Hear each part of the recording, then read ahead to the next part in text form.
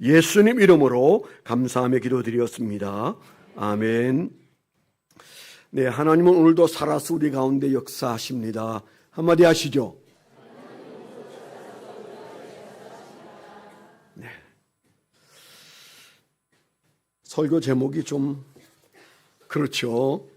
영적 낙동강을 사수하라 그렇게 써놨는데 제가 원래 처음에 적었던 제목은 낙동강을 사수하라.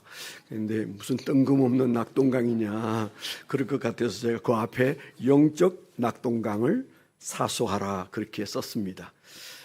요즘 제 심정이에요. 수개월 전부터 제 마음속에 야, 이게 6.25 때 낙동강 아래쪽만 남기고 다 점령을 당했던 6.25 때처럼 6월달이 또 우리가 6.25를 생각하는데 영적으로 우리 한국 교회가 지금 거의 낙동강 언저리만 남기고 다 지금 마귀에게 무릎이 꿇려져 있는 것은 아닌가 하는 좌절감 또 혹은 두려움 뭐 이런 것들이 제 마음속에 굉장히 깊습니다. 수개월 동안 좀 고민을 하다가 저만 고민할 게 아니다. 우리 교인들이 잠 잘 잘 때 내가 씨름할 일이 아니고 못 자면 같이 못 자고 자면 같이 자야 된다. 이런 마음이 좀 들어서 제가 오늘 제 고민하던 수개월 동안 점점 깊어지는 고민을 좀 여러분과 나누어서 여러분들의 어깨에 좀 무거운 짐을 좀 같이 좀 지게 해야 되겠다. 그런 마음이 들었습니다. 제목 그대로입니다. 영적 낙동강을 사수하라. 우리가 사수해야 될 마지막 보루가 얼마 남지 않았어요. 정말 처절하게 무너지고 있다는 생각이 굉장히 많이 들어요. 왜 그렇게 됐을까? 오늘 말씀을 놓고 말하면 이 세상이나 세상에 있는 것들을 사랑하지 말라 그랬는데 목회자를 봐도 하나님보다 세상을 더 사랑하는 것 같고 또 성도들을 봐도 하나님보다 세상을 더 사랑하는 것 같고 오늘날 교회를 봐도 하나님보다는 세상을 더 사랑하는 것 같이 그렇게 여겨지는 이 문제가 실제로 우리의 문제가 아닌가. 육신의 정욕과 안목의 정욕과 이 세상에서의 자랑거리가 우리의 관심 속에 절대적이라면 그 교회는 볼 것도 없는 거죠. 퇴락한 교회고 그리고 쇠퇴하는 교회가 될 수밖에 없습니다. 여러분 우리가 기억해야 할 것은 누가 뭐라고 말하든 간에 예수 믿는 사람은 지금 우리가 이만큼 뭐 경제적이든 아니면 이런저런 이유 우리가 자세히 볼 때 잘 사는 이유는 저는 하나님 때문이고 그리고 그 하나님을 섬겼던 교회 때문이다. 그렇게 믿는 사람이에요. 믿으시면 아멘 하세요. 네, 우리 안에 그 믿음은 있어야 합니다. 왠가 하면 경제학자나 정치가나 누구도 대한민국이 이렇게 잘 살게 된 지난 50년 세월 아무도 설명을 못 하더라고요. 어디에서도 들을 수 없었습니다. 뭐 한강의 기적이다, 새마을 운동이다, 뭐 그런 거 안 하는 나라가 또 어디에 있습니까? 그건 좋은 설명이 아닙니다. 전 세계에서 우리나라 잘된 것 구경하러 오지만 도대체 어떻게 잘 됐는지 잘 알 수 없어 합니다. 그래서 우리나라와 같은 제2의 대한민국이 안 나오고 있잖아요. 여러분 그간에 수십 년 동안 한국을 견학하고 간 나라가 얼마나 많은지 아세요? 전 세계가 다 다녀갔습니다. 특별히 좀 작은 나라들 경제적으로 어렵거나 여러 가지 어려움이 있는 나라들은 다 다녀갔어요. 좀 뭔가 해답을 찾아서 우리처럼 잘해보겠다는 생각으로 다녀갔지만 우리가 아는 결론은 다녀갔지만 이거다 저거다 말하는 것대로 해서 제대로 된 나라가 한 나라도 없어요. 그렇다면 우리가 말하거나 그들이 생각하는 그 이유 때문에 우리가 지난 40, 50년 동안에 이렇게 놀라운 변화를 가져온 것 아닙니다. 요즘은 또 K-팝이 워낙 유명하니까 그것 때문에 한국이 뭐 이렇게 잘 사는 것처럼 생각하는 사람도 있을지 몰라요. 전혀 그것 아닙니다. 우리가 국력이 부강하게 되니까 덩달아서 모든 것들이 다 좋아지고 있는 것은 사실인데 그러나 예수 믿는 사람들은 어떻게 잘 되었을까? 여러분, 박정희 대통령이 잘한 건 사실이라고 생각합니다. 그러나 우리나라 딱 반은 박정희를 싫어하고 딱 반은 박정희를 좋아합니다. 요즘 또 이승만 대통령에 대해서 그분을 새롭게 봐야 된다, 그런 사람이 들어 있습니다만은 다수는 에이, 왜 이승만이 나오고 있냐, 좀 불편하게 여기는 분들도 많으시잖아요. 어떻든 그런 것 영향을 준 건 사실이지만, 저는 그래서 사람에게서 해답을 찾을 수 없으면 우리가 영적으로 봐야 되는데, 하나님이 이 세상을 잘 살게 해주셨고, 하나님이 이 세상을 잘 살게 해주셨으면 그건 교회가 하나님 앞에 엎드려 있었기 때문이었을 것이다, 저는 그렇게 믿는데요. 문제는 그 다음이에요. 그러면 열심히 부르짖고 기도하고 정말 하나님 앞에서 몸부림쳤던 교회가 이 나라를 살린 것이라면, 지금 우리 교회들이 하나님 앞에 어떤 모습으로 비추어지겠는가? 그러면 내일 우리나라의 모습일 수 있잖아요. 제가 생각하는 그런 단순 사고대로 말한다면, 하나님 때문에, 교회 때문에 우리가 그나마 허리를 펴고 사는 것이 맞다면, 그러면 교회 때문에 하나님이 계속적으로 우리를 잘 살게 하시고 이 나라가 형편이 좋아질 수 있겠는가? 만일에 제가 말하는 논리대로라면 아닐 것 같습니다. 우리 앞에 절벽이 놓여 있지 않을까? 너무도 참담한 미래가 걱정되지 않겠는가? 그런 생각을 합니다. 왠가 하면 한국 교회가 지금 현재 아주 참담하리만큼 부끄러운 자리에 있거든요. 어떤 분 그랬어요. 기독교 역사 2000년에 이렇게 타락한 교회는 처음 봤다. 제 얘기가 아닙니다. 여러분들이 인터넷만 쳐도 그냥 여기저기에서 말하는 분들의 얘기가 나옵니다. 좀 지나친 얘기일 수는 있을지 몰라도 중세 기독교가 어떠했다는 등 이런저런 얘기를 하지만, 그러나 많은 분들이 기독교 역사 2000년 중에 이렇게 타락한 기독교는 처음이다, 그렇게 말하는 목사님들이 굉장히 많아요. 오늘 제가 이 얘기를 계속하면 여러분들이 점심에 밥맛이 없을 겁니다. 그렇지만 제가 뭐라고 그랬어요? 저만 밥맛 없으면 안 되고 저만 못 자면 안 된다고요. 우리가 하나인데 목사가 잠을 설치면서 고민하는 문제에 대해서 좀 우리가 공감이 돼야, 그리고 한 공동체고, 또 그리고 뜬금없이 제가 그런 얘기를 하는 것이 아니고 늘 얘기해 오고 고민하는 문제라면 여러분들이 좀 관심을 가져야 할 문제가 오늘날 다른 문제 아니에요. 사회 문제, 그보다 더 심각한 것은 교회에 대해서. 여러분들도 어느 정도는 공감하시지만 제가 이 시대 대한민국 교회를 볼 때는 그냥 절망밖에는 나오는 게 없어요. 야, 이거는 회복이 가능한 게 아니다. 하나님이 두들겨 패기 전에는 해결이 안 된다. 내가 아는 그 하나님은 그냥 적당히 보수해가지고 한국교회를 쓰실 것 같지가 않다. 한번 큰 일이 일어날 것 같다. 하나님의 바람이 지나가면 남을 게 뭐가 있을까? 그런 마음이 제 마음속에 듭니다. 지난 수개월 동안 점점 그런 마음이 깊어지고 있어요. 그래서 밤잠을 설칠 때가 많다고 말씀을 드렸잖아요. 그럼에도 불구하고 여러분들이 별 생각 없이 그저 행복하게 산다면 이건 아닌 거예요. 그래서 제가 하는 말이 여러분들에게 불편한 마음이 일어나기를 바라고, 뭐 뜬금없는 낙동강 얘기가 아니고 진짜 우리가 그런 위기감을 가져야 되는 때가 되었구나. 우리의 사소한 것에 목숨 걸듯 살았던 것 내려놓고 진짜 중요한 게 뭔지 사소한 감정 씨름하지 말고 우리가 영적인 문제 앞에 서야 될 때가 되었다. 그런 마음을 좀 함께 가졌으면 좋겠다. 그런 생각입니다. 우리가 사랑에 빠졌어요. 문제는 오늘 말씀대로 한다면 우리가 잘못된 사랑에 빠져 있습니다. 어떤 사랑에 빠져 있어요?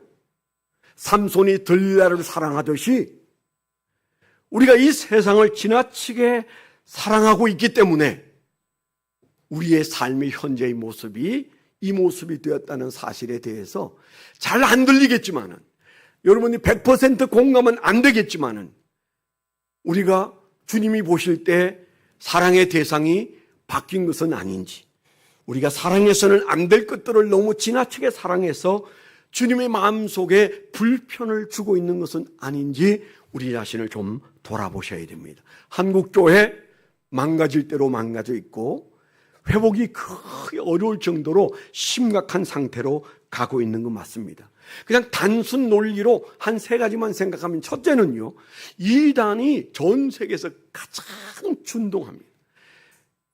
윤리적으로도 말도 안 되는 이단. 그러니까 이단이라고 말하기보다는 사입이라고 말해야 돼요. 이단은 교리가 좀 다른 거예요. 성경대로의 교리를 믿지 않고 끝단자, 끝이 다른 겁니다. 그들이 말하는 결정적인 끝이 다를 때 그걸 우리가 이단이라고 말해요. 역사 속에 나오는 이단들은 대부분 다 교리가 틀렸지만, 그러나 어쩌면 우리보다도 더 착하게 살려고 애쓰는 사람들이 많았어요. 그런데 요즘 한국교회 이단의 세력은 대단한데, 그 이단의 괴수나 그리고 이단을 쫓아가는 사람들은 대부분 다 음란하고 물질에 현혹되어 있고, 그리고 잘못된 거짓된 짓을 그냥 일삼고 있는 이런 이단들을 한번 보십시오. 세상에 이런 이단은 없었습니다. 한국의 이단이 아주 세계적으로 특별해요. 예를 들어서 우리가 잘 아는 대로 만민중앙교회 이재로, 그분이 감옥 살다가 죽었습니다마는, 최근에 죽었습니다마는 그 쌍둥이 딸들이 또 이렇게 그 교회를 여전히 유지하는데 그 아버지 때보다도 10배나 우습게 이끌어가고 있습니다. 눈을 들고 볼 수 없을 만큼 유치한데 거기에 수많은 사람들이 몰입되어 있어요. JMS 정명석은 어떻습니까?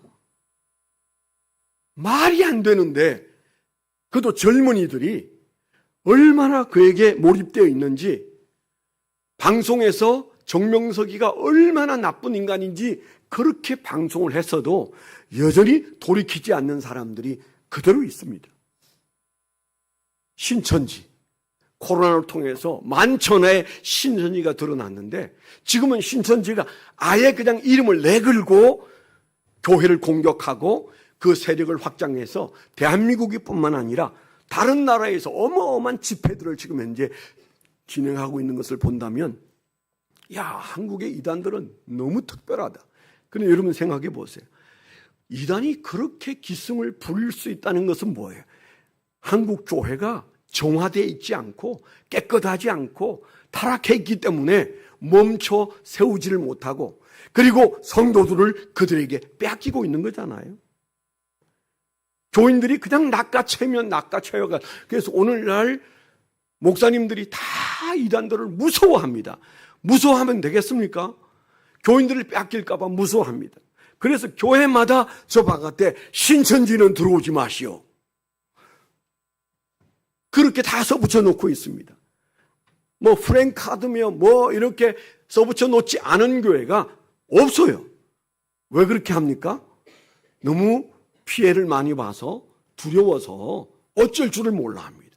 두려우면 지는 거예요. 마귀가 두려우면 지는 거죠. 이단이 두려우면 지는 거죠. 그런데 한국교회는 지금 이단 때문에 몸살을 앓고 있으면서 그 이단을 두려워하고 있는 현상이 왜 일어났겠습니까? 우리가 정신 못 차리는 한국교회로 너무 나약하고 너무 타락해 있기 때문에 이단들을 막아내지 못하고 그냥 교인들을 빼앗기고 있다는 사실. 이단 하나만 봐도 한국교회의 현실을 알 수 있다. 두 번째는요, 목회자의 타락입니다. 저는 목사이기 때문에 목회자의 타락에 대해서 말하기가 부끄러워요. 또 여러분도 목사님들에 대한 얘기 안 듣고 싶다, 그런 마음일 거예요. 저도 목회자가 얼마나 타락했는지 말하고 싶지 않아요. 가뜩이나 겨우 와서 앉아있는 사람들에게 목회자가 그러면 뭐 신앙생활 당분간 간둬야 되겠다, 그런 사람들도 많이 있거든요. 그래서 목사님들의 타락 얘기가 MBC PD 수첩 같은 데 한번 나오면 몇십만 명씩 교회를 간둔다잖아요. 목사 보고 예수 안 믿는다고 하지만 아닙니다. 목사 보고 예수 믿는 건 맞습니다. 장로 보고 예수 믿는 건 맞습니다. 교회 유력한 사람들을 보고 예수 믿는 건 맞아요. 좀 우리가 불완전한 건 어쩔 수 없다 하더라도 타락하면 안 되는 거 아니에요? 전 세계에서 가장 크다는 교회, 여의도 순복음교회 요즘 아주 야단입니다. 그 목회자의 타락 때문에. 죽은 조용기 목사 얘기가 아니에요. 그분도 엄청난 많은 얘기거리를 세상에다가 펼쳐놓고 가셨는데 초라하게 돌아가셨지 않습니까? 가고 안 계신 분 얘기를 후배 목사가 이렇게 말하는 것은 예의가 아니긴 하지만 저는 그분이 살아생전에도 그분에 대해서 늘 아쉬워했습니다. 70만 명 모으고 700만 명 교회로부터 쫓아낼 그런 어려운 일들을 만들면 안 되는데 그런 걱정을 제가 많이 하지 않았겠어요? 그런데 그 후임자가 저보다 한 살 적은 분입니다. 요즘 아주 교계를 어렵게 만들고 있어요. 왜 이렇게 되는지 모르겠어요. 그런가 하면 통합적 장로회 총회장, 현 총회장이 또 심각한 문제를 낳아서 안 믿는 사람이 먼저 알아요. 얼마나 부끄러운 짓을 하고 있는지 몰라요. 그리고 우리 교단의 데비드 차 선교사, 캄 선교회. 그분의 그 불륜과 그분의 모든 이 물질 문제 얼마나 시끄럽게 매스컴에서 떠는지 몰라요. 많고 많은 문제들이 큰 교회와 유명한 사람들을 무너뜨리는데 어쩌면 하나도 없이 다 무릎을 꿇리는구나 마귀가 그런 생각이 들 정도로 다행히 저 같은 사람은 이름이 없으니까 마귀가 안 건드려서 이런 소리를 합니다. 그렇지만 우리 한국교회 내노라 하는 교회 목사님들 치고 가만 마귀가 둔 사람이 없어요. 너무너무 어려운 가운데 지금 가고 있습니다. 이단에 휘둘리고 잘못된 목회자들에게 휘둘리고 그분들이 본래 잘못된 목사였을까요? 저는 전혀 그렇지 않다고 생각합니다. 큰 교회가 고르고 골라서 저분이면 우리 교회를 이끌어갈 수 있겠다. 그래서 그분들을 모셔가고 그분들이 목회를 하다가 또 그냥 한 방에 넘어가 버리는 모습들을 보면서 야, 이거 정말 한국 교회가 이단에게 빼앗기고 목회자들의 타락으로 저 맛을 잃은 소금처럼 버려지면 도대체 남는 게 뭘까? 그런 생각을 하고 여러분 이단 문제, 목회자 문제만 있는 줄 아십니까? 교회 구성원인 저와 여러분들이 교회를 어떻게 지금 섬기고 있는지 한번 돌아보십시오. 한국 교회 그 영성이 완전 바닥입니다. 한국 교회만 그런 건 아니에요. 그나마 그래도 한국 교회가 조금 나은 부분은 있어요. 동성애 문제. 전 세계 80%의 교회가 교단들이 동성애에 무릎을 꿇었습니다. 한국 교회는 이제 그 앞에 서서 치열하게 싸우고는 있습니다만은 목사님들 중에 또 그런 동성애를 지지하고 격려하고 그러는 사람들이 여기저기 많이 있다는 사실, 기독교 매스컴 안에서도 많다는 사실을 보면 비단 뭐 동성애 문제뿐만 아니고 한국 교회의 교인들의 영성이 맛을 잃었다. 그냥 안일하게 예수를 믿고 자기밖에 모르는 그런 환경 속에서 살아가고 있지 않는가, 이런 심각한 문제가 얼마나 많은지 몰라요. 사실은 제가 오늘 아침에 일어나서 갑자기 생각난 책이 있었어요. 그래서 제가 좀 준비한 얘기들은 좀 생략하고 그분 얘기를 좀 드리는 것이 좀 더 얘기가 부합되지 않을까, 그런 생각이 들었어요. 작년에 제가 사서 읽었던 책인데 아침 새벽에 생각났어요. 그 책의 제목이 얇은 책인데 죽은 교회를 부검하다, 이런 책이 하나 있고요. 이게 톰 레이너라는 그 교회 컨설팅하는 목사님이 있어요. 그 다음에 그분이 쓴 다른 또 하나의 책이 있는데 살아나는 교회를 해부하다, 뭐 이런 두 개의 책이 재작년에 나왔는데 제가 작년에 사서 읽었습니다만 오늘 생각나서 꺼내보니까 내가 하려고 하는 얘기가 여기에 많이 있다, 그런 생각이 들어서 제가 제 얘기보다는 이분의 얘기를 잠깐 좀 소개를 해보고 싶다, 그런 생각이 들어요. 이분이 쓴 책에 죽은 교회를 부검하다 뭐 이런 제목으로 책을 썼는데, 이분이 14개 교회들을 리서치하고 그 다음에 10개 죽은 교회, 죽은 이유, 공통적으로 죽은 이유가 10가지나 되더라. 14개 교회, 자기가 봤을 때 죽었다고 생각하는 교회를 자기가 연구를 해보니까 죽은 공통점이 10가지가 되더라. 그런 얘기를 했어요.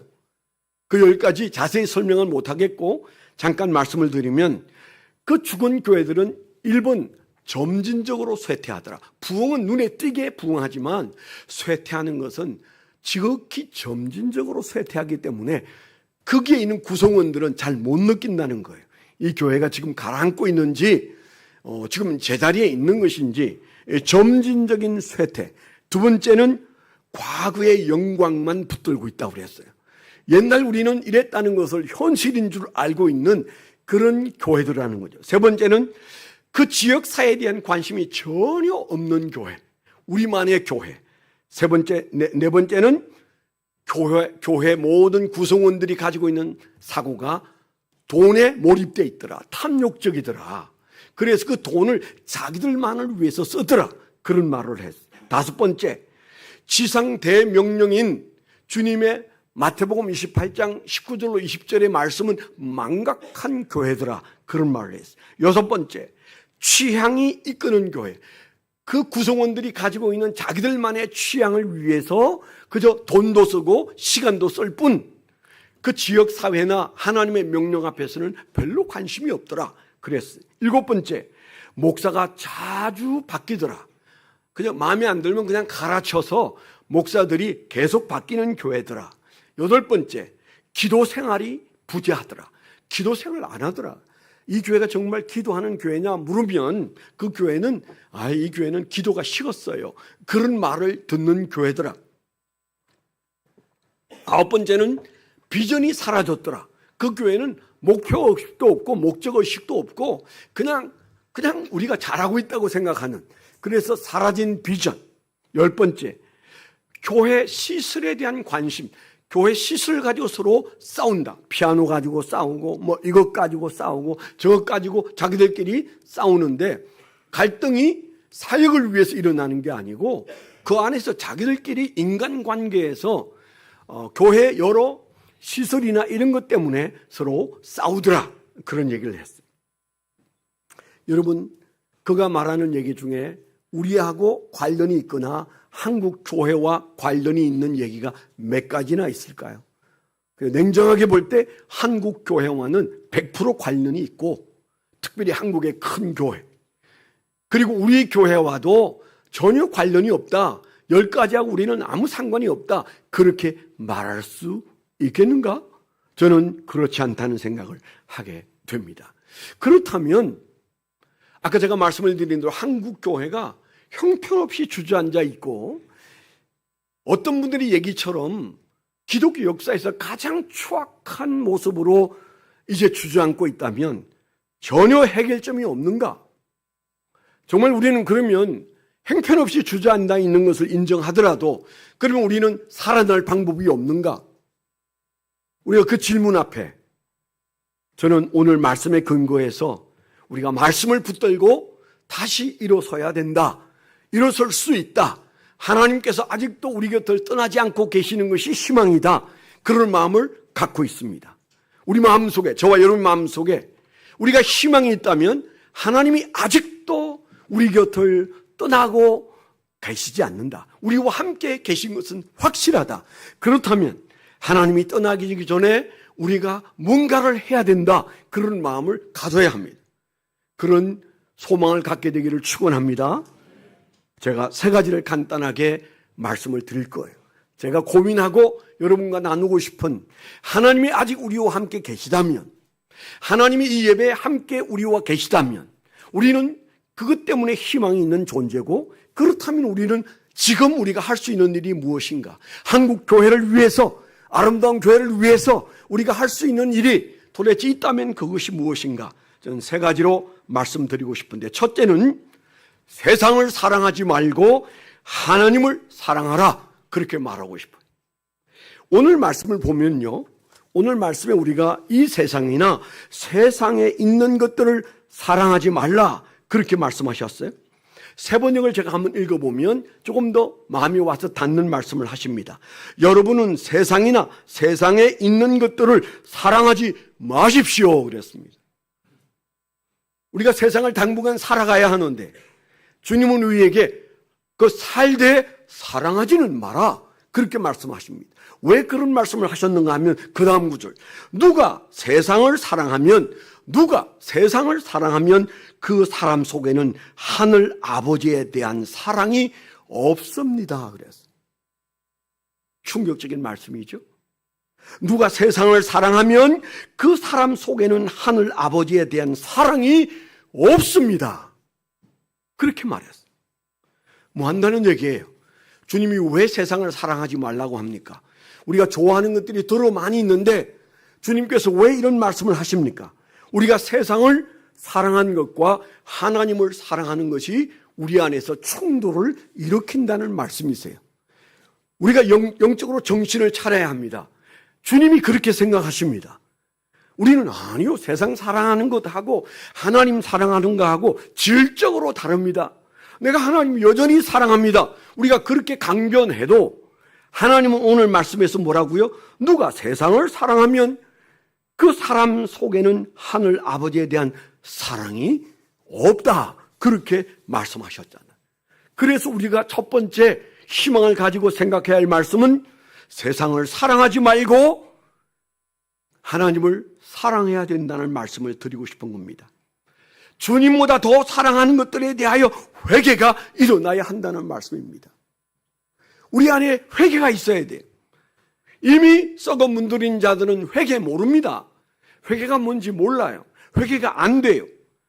영적으로 그나마 깨어있는 사람들만 자각할 수 있어요.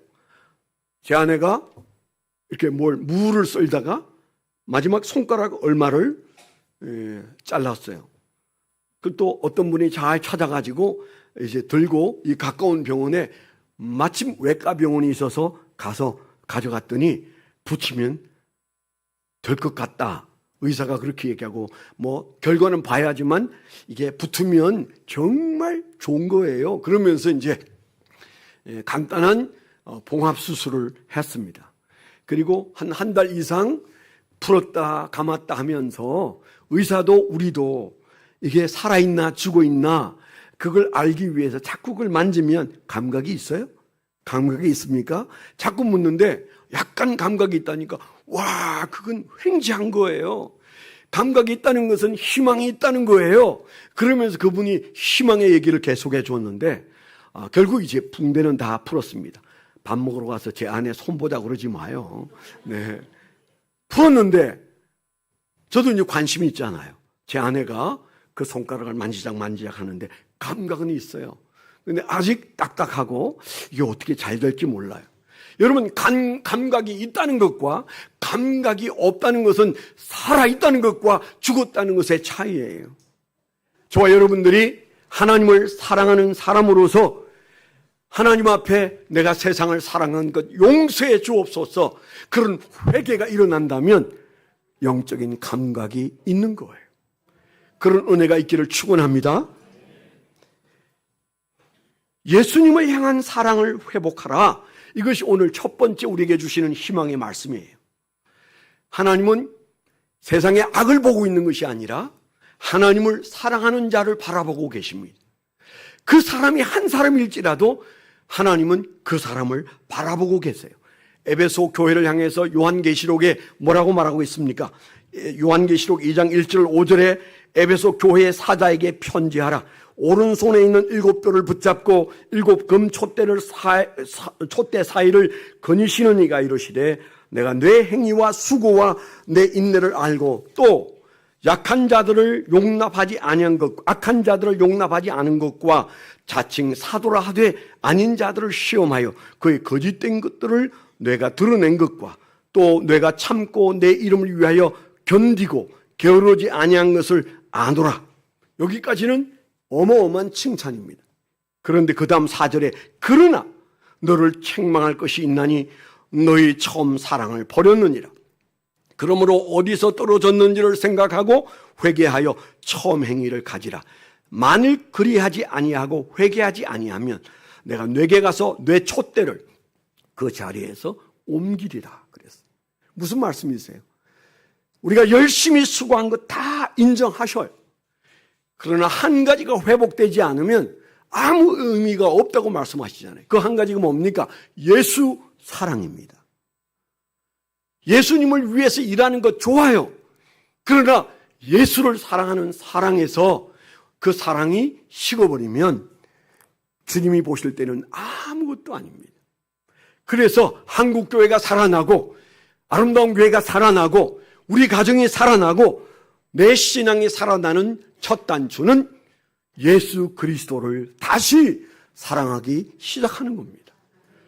예수를 이 한 주간 동안 뜨겁게 사랑하게 되기를 축원합니다. 두 번째는요, 버리라고 말씀하셨어요. 버리라고 말씀하셨어요. 세상과 세상에 있는 것들을 사랑하지 말라. 그렇게 말씀하시고 주님께서 하신 말씀이 아버지를 사랑하는 사랑이 그 안에 있어야 된다 하신 말씀 다음에 16절에 이는 세상에 있는 모든 것이 육신의 정욕과 안목의 정욕과 이성의 자랑이니 다 아버지께로 온 것이 아니요 세상으로부터 온 것이라. 이 세상도 그 정욕도 지나가되 오직 하나님의 뜻을 행하는 자는 영원히 거하느니라. 오늘 말씀해 보니까 육체의 욕망을 버리고 눈의 욕망을 버리고 세상 살림의 자랑을 버리라. 세 번역에 보니까 이 세 가지를 얘기하셨어요. 육체의 욕망을 버리고 눈의 욕망을 버리고 세상 살림의 자랑을 버리라. 주님께서 우리에게 하신 말씀이에요. 철저한 거룩으로 우리를 정화시켜야 합니다. 먼저는 사랑하고 두 번째는 결단해야 돼요. 잘라내야 돼요. 우리가 밀어내버려야 돼요. 이건 육체에 속한 것이요, 눈의 욕망에 속한 것이요, 세상 살림의 자랑이라면 이제는 나는 주님 앞에서 이것들을 거만이라, 끊어내리라. 그래도 여러분 밥 먹고 살고요. 그래도 여러분들이 얼마든지 지금의 삶을 유지할 수 있습니다. 우리 마음속에서 버릴 것을 버리라는 말씀 앞에 서게 되기를 축원합니다. 버리는데 가장 좋은 방법은 금식입니다. 니느웨 백성들이 하나님이 심판하신다고 하니까 그들이 금식을 시작한 이후로 하나님은 그들을 회복시켜 주셨다는 사실을 우리가 염두에 두고 그게 금식이든 아니든 버릴 것을 버리는 것이 희망의 두 번째란 사실을 믿게 되기를 축원합니다. 해결 방법 세 번째, 교회 공동체가 하나님의 부여하신 그 목적에 올인해야 합니다. 교회가 존재하는 이유가 뭐예요? 세상을 위해서 존재합니다. 세상을 위해서 해야 할 일이 뭐가 있을까요? 한 영혼 구원하는 것입니다. 그 목적에 몰입하면 하나님은 우리를 살려두실 것입니다. 한국교회가 영혼 구원에 몰입하면 1년에 수십만 명씩 세상으로 흘러보내고 있는 한국교회가 다시 우리가 그 본질에 초점을 맞추고 영혼을 구원하여 하나님 백성 만드는 일에 교회가 몰두하면, 전도에 몰두하고 선교에 몰두하면 하나님께서 그 교회를 살려두실 것입니다. 아멘. 각자가 우리가 이 사명을 붙들고 살아야 돼요. 각자가 우리가 이 사명을 내 삶의 중요한 것으로 여겨야 돼요. 그럴 때 주님께서 우리에게 희망을 품으시고 우리에게 소망을 주시고 하나님께서 아름다운 교회를 살리고 우리 가정을 살리고 우리 영혼을 살렸을 때 한국 교회도 살아나는 역사가 일어날 줄 믿습니다. 기도하겠습니다. 하나님 아버지, 오늘 주님께서 저에게 주신 심령의 고통을 함께 나누게 해 주셨습니다. 누구랄 것도 없이 한국교회 목회자들이 타락하고 그리고 이단들이 춤을 추고 교회들은 점점 그저 이기적으로 자기 삶에 취해가는 때 하나님, 이 교회를 아직도 지켜보시는 하나님 앞에서 주여, 우리가, 우리 가정이, 우리 교회가 먼저 주님 앞에 무릎 꿇고 회개하여 첫사랑을 회복하고 버릴 것을 버리고 그리고 영혼 구원에 올인하는 종들이 되게 하여 주옵소서. 예수 그리스도의 이름으로 감사하며 기도드렸습니다. 아멘.